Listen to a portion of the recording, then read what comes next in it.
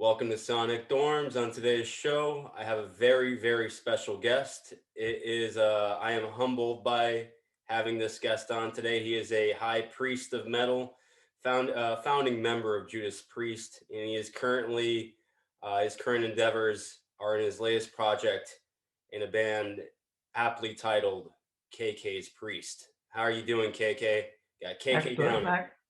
Really, really good. Thank you very much for inviting me on the show.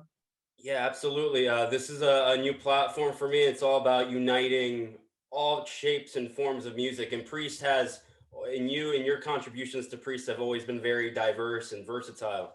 So I believe you understand that respect more than a lot of people do. Yeah, absolutely.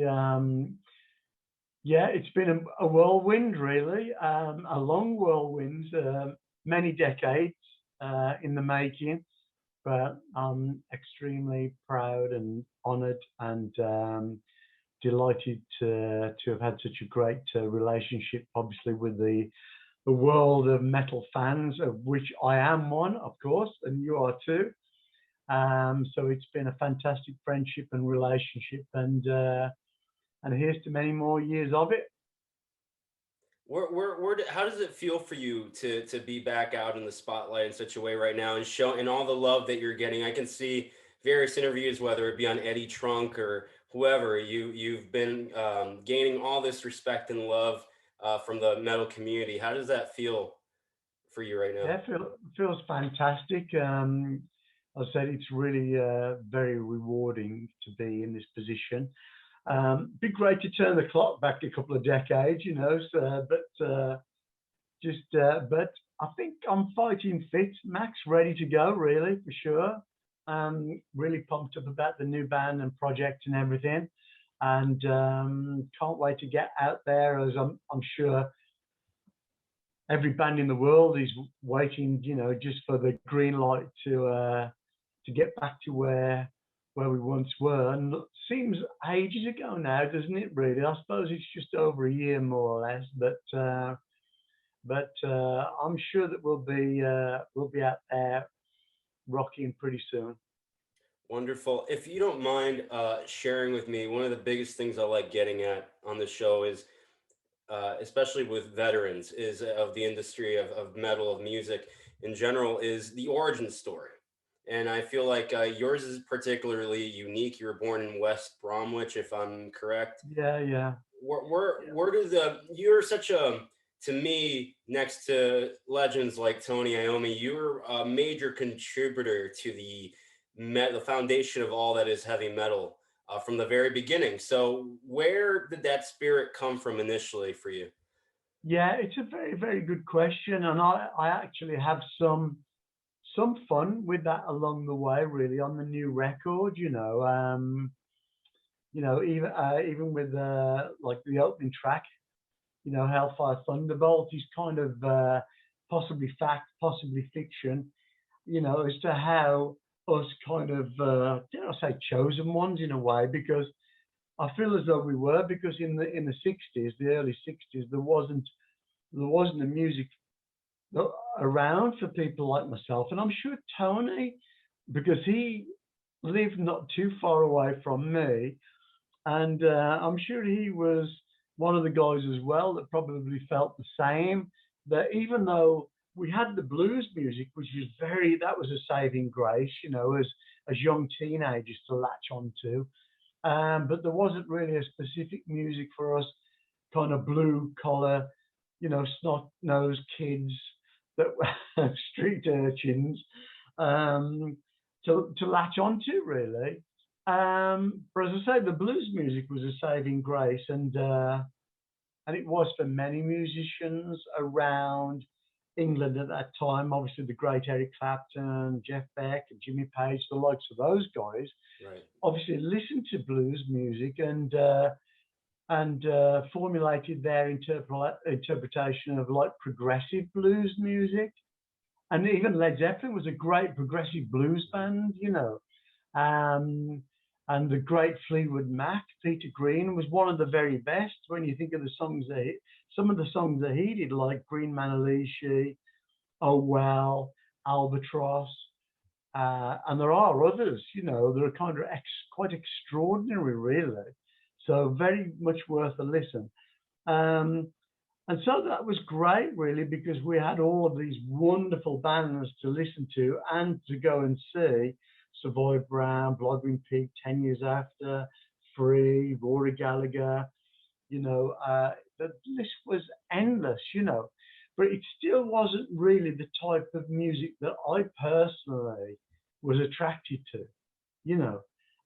So I tell the story of when I first saw Hendrix in 1967, the Coventry Theatre, and there was more heavy metal in his music to me, to my ears, than any other band by far.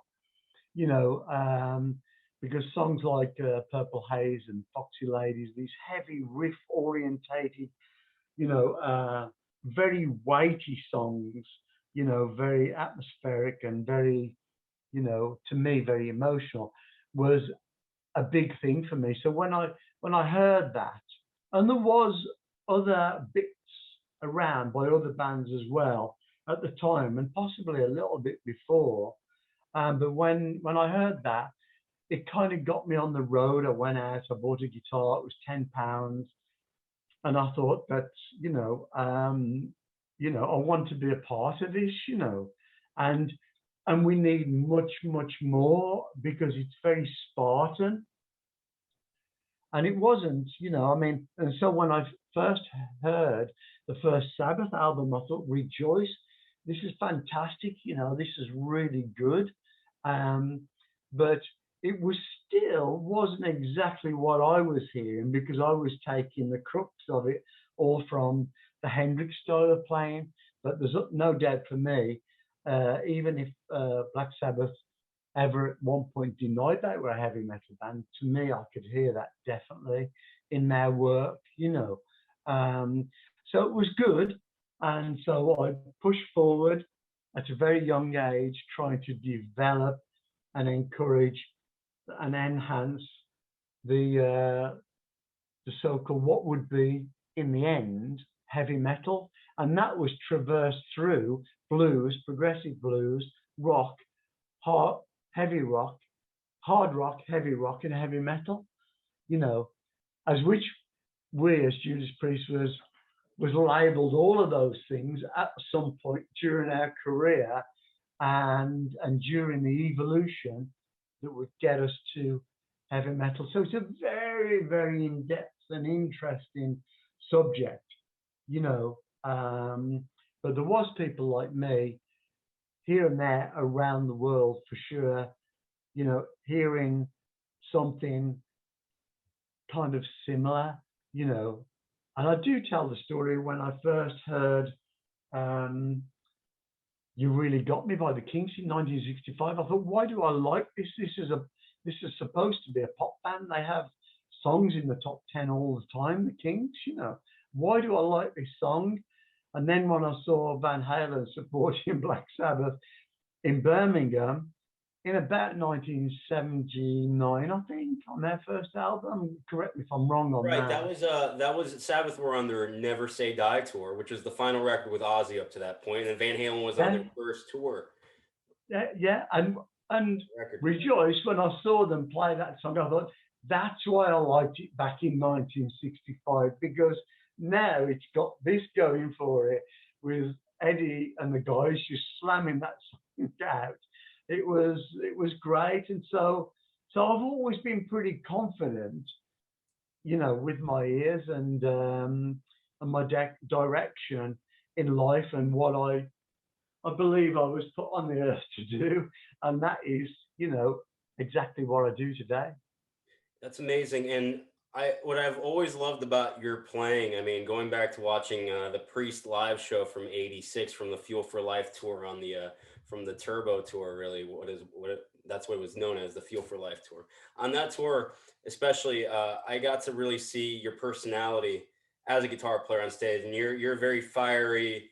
You're brimming with this sort of optimism when you're on stage that comes across to the audience. I've always loved that about your spirit in the band is you kind of bring this. you ignite this energy into all that you do when you're playing. It's very it's just something that to me is just incredibly just incredible. I can't Yeah. really put it into words. Just it's captivating. Well, like I say, when I saw, you know, when I saw Hendrix, you know, and I say in his prime because there was, I saw Hendrix 6 times, and there were times when he was absolutely, totally kind of natural and raw, and his mind must have been in absolutely the right place, and it was absolutely electrifying. It was incredible to see.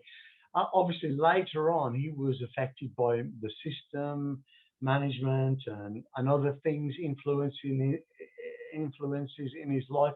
And obviously, he was at times, and I think it's quite well documented. He was, you know, in a short space of time, he started to suffer some kind of gremlins getting into his mind, and it did affect his performance and playing. You know, but when he was that free spirit, which I witnessed several times, it was just something that stayed with me forever. And so I acknowledge the fact not only was he a great musician, a great guitar player, very flamboyant, a great stage performer, you know, he was the all-encompassing. And I knew that just being like, you know, a great player, for example, of which there were many, you know, great players. But why did Hendrix have everything in one, you know? And quite simply, because when he hit the stage, he went out there, and there was a sense, I think, that from the people in the audience could see that he was totally a free spirit. He was emotional. He was a great player, a great performer, and he was there for the people as one. And from the second he hit the stage to the minute he left, you know, he was absolutely totally encapsulated and engulfed in and his entire performance, and wanted to give 100%, not just the playing, but how he looked, how he performed, just just everything. And I guess that was always stayed with me. So when I hit the stage, and sometimes it was for a long period, you know, it was important to sustain that energy and portray that energy and and that that gladness of wanting to be there for every second to perform for the audience. And so that was all a part of me being on the stage. And it was great. And I was really proud of my bandmates because, you know, we rebounded off each other with this energy, you know, for so long. And it was a part of how we became successful, I think, really, because it was all kind of, we had a duty to each other, an unspoken bond that we would go out there literally all guns blazing. And that's what made us feel so kind of infallible in a way, really, as a unit. And we could go out there and support and play with anybody, and it didn't phase us at all. You know, we were, you know, the mighty priest, and we had the uniform to back it up, and it was great times, you know. Yeah, and speaking of uniform, in your book, I had known about this for a while, but in your autobiography, which was released last year, Heavy Duty Days and Nights in Judas Priest, you mentioned being the one that really that discovered the image in a way, the one that brought the image to the Yeah, band, the first one to bring the leather and studs, the heavy metal uniform, or as what is known nowadays as the heavy metal uniform to the band. yeah, because it just happened in a short space of time. The band was great, sounded great, but we, you see, originally when we first started in the 60s, it was kind of a thing to do to look quite eclectic, you know, on stage, and for everybody to have their own kind of identity and their, you know, an image and stuff. And that was great. But I think we got caught up in that because, you see, I think a big part of that was so many of the pop bands had an identical uniform, haircut, everything. They looked like they came out of a sardine tin, Right. Right. you know, bands like the Beatles, and that worked great for them. So we went as far away from that as we could possibly get.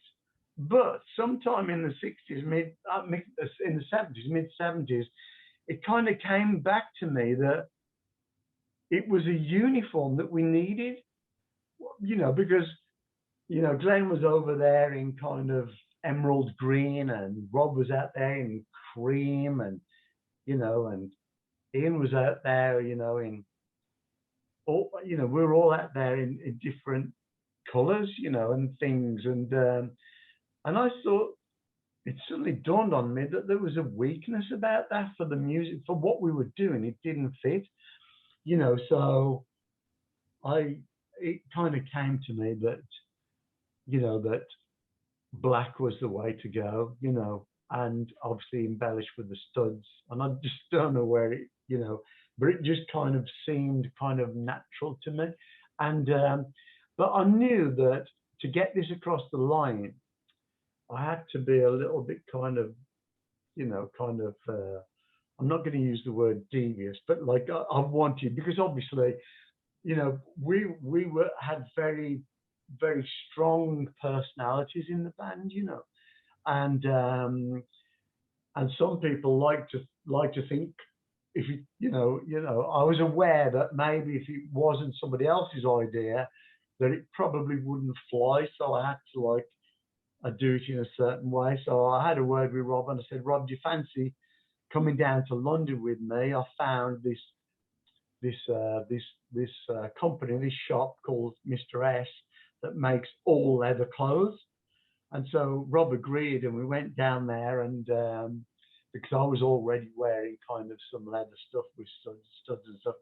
And Rob went down there, and he really liked it and got into it, and the clothes. I thought, this is great, And so myself and Rob started to wear these clothes, and slowly it kind of filtered out into the rest of the guys, where it became a very good idea for us to don this image and this uniform, so that therefore it was a uniform in the way, in the sense of the fact that the materials were the same, Max, and, with the studs and embellishments, but everybody, the onus was on everybody to design their own individual versions of the uniform. And then it was great, and really fitted the music and the image. And then before you knew, lots of bands kind of took to this image and did their versions of it. But we didn't take any umbrage to that at all. We were very kind of glad and proud, in a way, to be the first and the archetypal heavy metal look, if that makes any sense to Absolutely. everybody. And I'm still proud of it today, and I just love it, and that's what I do now. Going to be filming a new video, and I've got some more stuff, and it's kind of nice to keep making different versions of the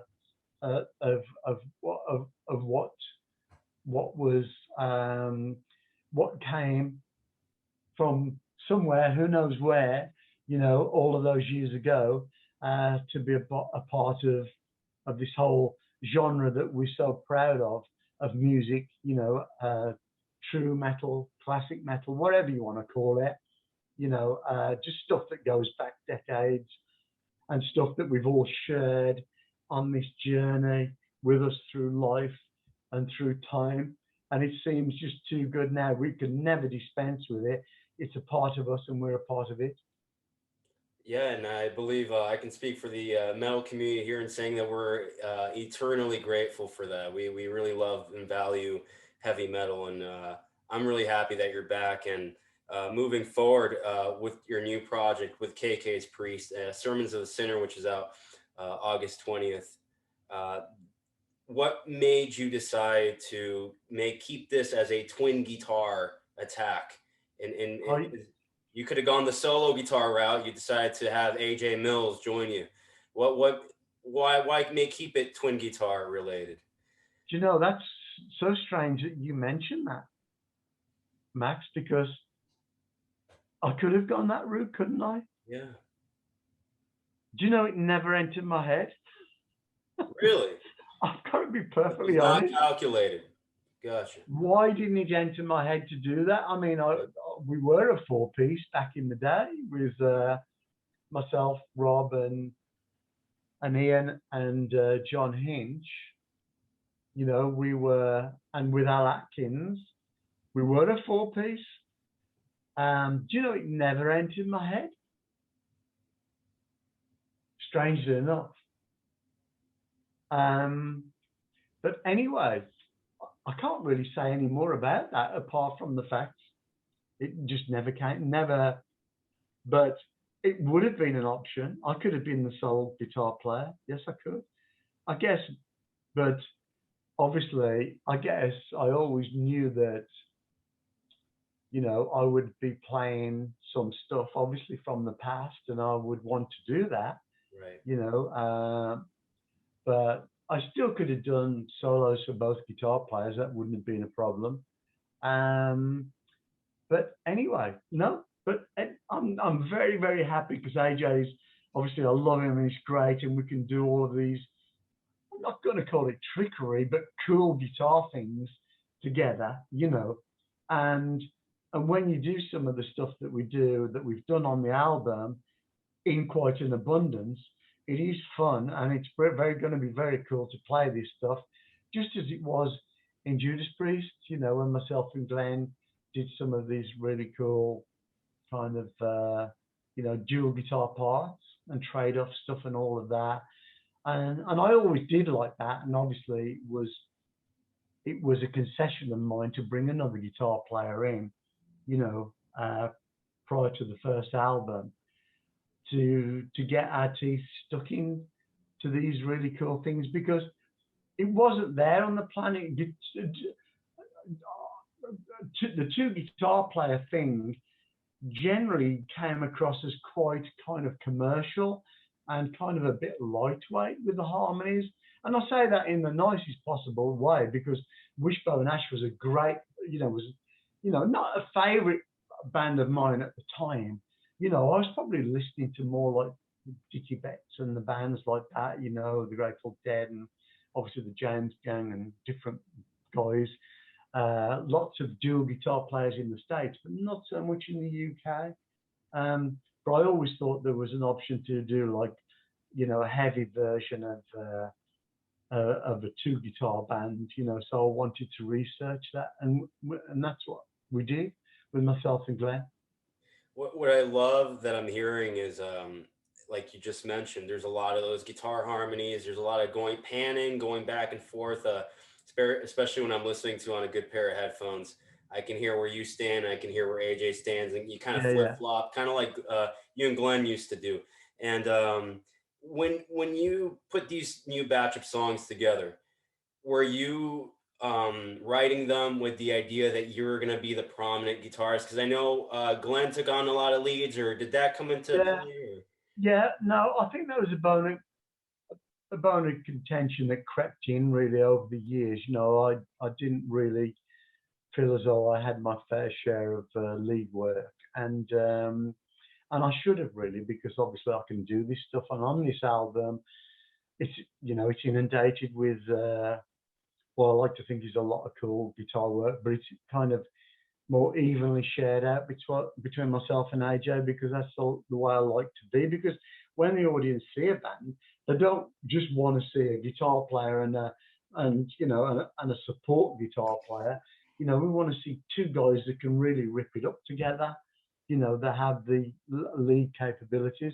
So that's what happens on this record, and that's what will happen live. Interesting. That's amazing. What I love about this is like I feel like this first record is only just the warm up for what's coming next. You've said that you're already writing, working on some new songs for the follow up. Yeah, I believe this was just a starter project because yeah. a very Well, promising starter project because I love everything I've heard. yeah, there's a lot of guitar work on this album, you know, that the fans will be. Like I say, it's not oversaturation, but it's there in abundance. You know, and I think it's just the right amount, but um, there's plenty of it, you know, and there's a good variety of it as well, you know, even to the point of doing just a little bit of flamenco stuff, which I like to do as well, you know. But I want to do more of everything, really. Um, but like I say, I would like to do. I will continue to do, you know, improvised solos live, you know, and I will be encouraging AJ to do the same as well. But I like to do that, you know. Um, so that will be ongoing. So it's going to be fun to put a live set together, and I'll be guided by the fans. Obviously, there's going to be a demand to do some of the Ripper era stuff, you know, Jugulator and Demolition, and but also some of the very maybe earlier stuff, you know, Judas stuff that never got played that I'd like to do, and obviously plenty of stuff off the new record. Speaking of Ripper, KK, was it a no-brainer for you to bring Ripper into the picture for this project and for your band? Absolutely. You know, we know how awesome he is, and I just wanted him to hear singing stuff like this, you know, because he didn't. We didn't present him with the opportunity when he was in Judas Priest to sing songs like this. So I wanted to do that, you know, uh, for him. You know, things may well have been very different, but that's in the history books now, so we can only move forward.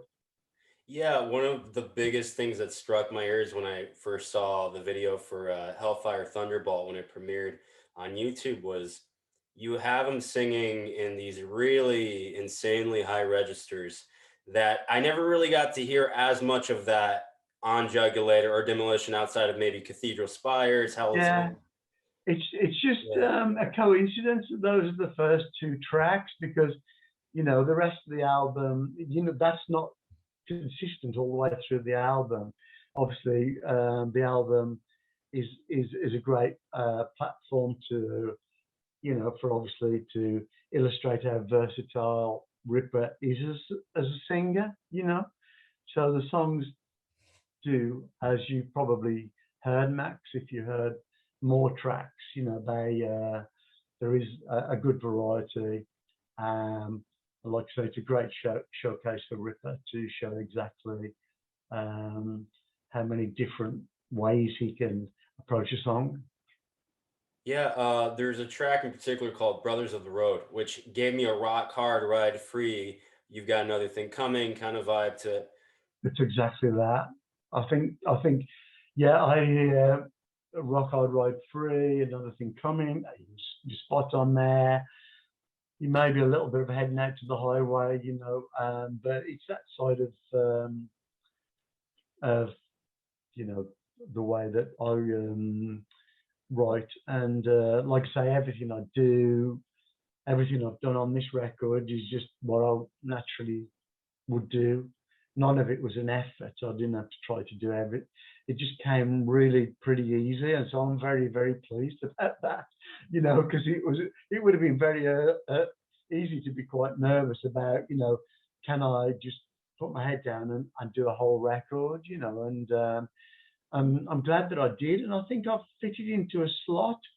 You know, being able to sit down, you know, and put so many ideas together without having to be scrutinized by other, in such a way, you know, as a writing team, obviously with myself, Glenn and Rob, you know, it was, you know, often, you know, obviously a compromise and a collaboration, and that's great, and so much stuff came out of that. But I don't have to do that. I don't feel, you know, now with this band because I think the guys in the band think that, you know, if I present something and think it's good, then it's got that kind of heritage and kind of classic feel about it. And some of these ideas do go back quite early, probably early 80s, you know. Not many, but just a couple here and there. And I did say that I want to bring, you know, the past into the present and the future with me. I want to take it with me. I don't want to just leave that identity behind because I can't. I can only do what I naturally do. And what I naturally do is going to sound like that because I knew straight away. I'm thinking, God, this has sounded like it could have been done in this, the 90s or the 80s or even the 70s for sure. A lot of this stuff. If that I'm makes sense. I hope it does. absolutely, absolutely. I'm gonna actually be keeping my ears perked up for those early, maybe archived Priest riffs that are being integrated into this new record. Because Yeah, well, I like guess I looking say, from Point of Entry, maybe that era, 81, yeah, 82, Free from Vengeance. yeah, some of them you Yeah, wouldn't think that, because so many people these days, and I think we got caught up in with that as well. Everybody's looking for something that's kind of, from that's in the future, but we're not in the future yet. We're in the now, and I'm happy to bring stuff from the past into the now as opposed to trying stuff that sounds like it's in the future to now, if that makes sense. And so some of the ideas are really so kind of musically basic. You wouldn't think that I would go with it. Um, but because the fact it sounds kind of classic in a way, and kind of something that could be quite a way in the past, that I've chosen to utilize it because it works as that, and has that heritage feel. So, and because the thing is, musically, it might be really quite basic, but when you put the vocal melodies on top of there, sounds great. You know, I mean, really works really, really good. So you can try to be too clever and too intricate, I think, with music, with songwriting these days. It's nice to have some of that, and there is some of that on the record, which is great. But it's nice to have a good selection and variation of stuff that could be past, present, or future, all encompassing. right. I think that's incredible. And I have to ask you, on the production standpoint, did you work with anybody, any names in particular on engineering or mixing, or did you do it all yourself? No, no, like I said, I got stuck in and I did. I was at the helm myself, really doing the demos and everything. I knew every step of the way how I wanted things to sound, you know. And I was fortunate to have Tony help out because Tony was right into it. He knew exactly what I was talking about and what I wanted. And when it come to putting like the drums down and do stuff and obviously with vocals and stuff like that. He pretty much left the guitars and everything to me and stuff, and all of the, you know, various so-called nice bits, juicy bits to put in there. But we were able to work very well and get that. I said to Tony, we want the drums to sound really organic, and unreal. And he says, I know exactly how to do that. And so, he was able to do that for me. And obviously with the guitars, just keeping them not oversaturated, keep plenty of headroom in the track. I said to Tony, and I want to hear everything that the bass does, and I did encourage Tony play, as be heard, put some cool fills in there, because I was a big Jack Bruce fan and hearing everything that Jack would do, and I like that. I want to hear everything that everybody does, and and so I think it sounds really ballsy and punchy and big, the record, and without trying hard to do it. So I think the precedent is set really there with the production. We're just going to be more of that. Incredible. I have to ask you, there's been these what I call outlier tracks throughout the career of Priest. Songs like The Rage and Love Bites, where things that are kind of left field in the world of heavy metal, if you will. Is that something that you're going to continue maybe to somehow stumble upon these songs that maybe aren't typically considered what would be in the heavy metal genre, but maybe a little left field? It's bound to happen, I guess, really, because you know it's happened in the past. You know, it's bound to happen because it's within me. Like for example, the intro bass part of Love Bites. That was me. In Ibiza with a bass. You know, so I will come up with these different things, and like say the Rage. It's almost verging on a reggae part in there, but it kind of works, and I like that as well. So I will come up with different things, and there's probably some stuff on this record that's a kind of little bit. Did you say left field? I think you're probably right. But the thing is, the idea is and always was to push the boundaries of metal, to make the whole idea of but I'm not overly keen on the terminology like genre. To me, it sounds a bit kind of posh for what we do, but it is right. The terminology is right. The metal that we do, and I've heard so many other people do, and it works, you know. Um, and I'm talking about great bands like Scorpions, UFO, and obviously the bands I love, except Saxon, obviously Udo, Dora, Warlock. I just all of that, and every band that was relevant, that came along in the 70s and 80s, everybody from Venom to Van Halen, you know, um, everything fits for me because I could take something from everything, which was in the world and a great world to be in, really. Great bands like Dokken, and I mean the list goes on and on forever, doesn't it? Really, of acceptability in the genre of metal, and even from Led Zeppelin to Van Halen, everything's great. Let me go and see those bands. I will buy a ticket tomorrow. You know, and everything in between. I have my kind of niche of kind of favorites in metal, but all of these great bands. Will I go and see them? Yes, I will. Did I go and see Ramstein on a couple of tours? Yes, I did. Was it a great show? It was. Yes, it was a great show.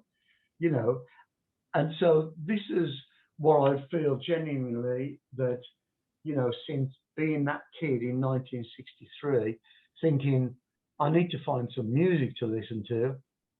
Now there's tons of great stuff out there, and we can go to music festivals and we can see the great Kiss headlining and enjoy that show along with Judas Priest supporting as we did at Donington, whatever year that was.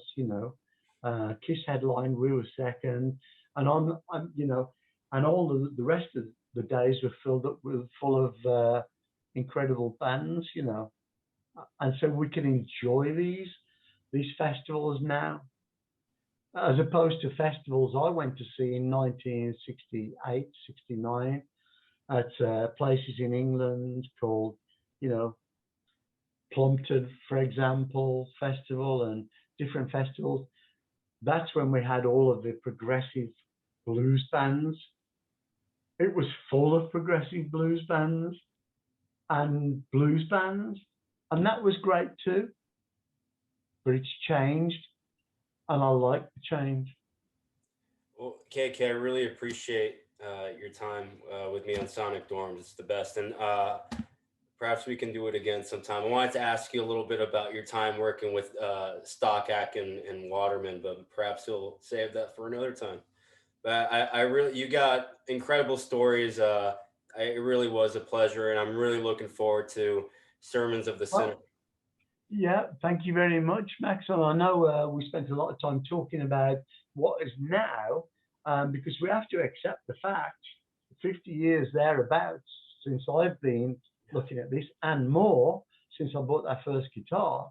It is history now, and it's not really talked about that much as a history, as a genre of music, as classic music was, or jazz, or you know, or any other genre of music. We are in those realms now. We have a lengthy history Yeah. of this music that we have actually, as I said before, lived and been a part of, and it's been a part of us. So it's always a pleasure, and always will be a pleasure to talk about the subject. But thank you very much, Max, for the interview. I've enjoyed it thoroughly, and thank you very much for all that you do, and keep up the good work. Thank you so much, KK. That means the world to me. Really appreciate it. Until next time. Thank you, Max.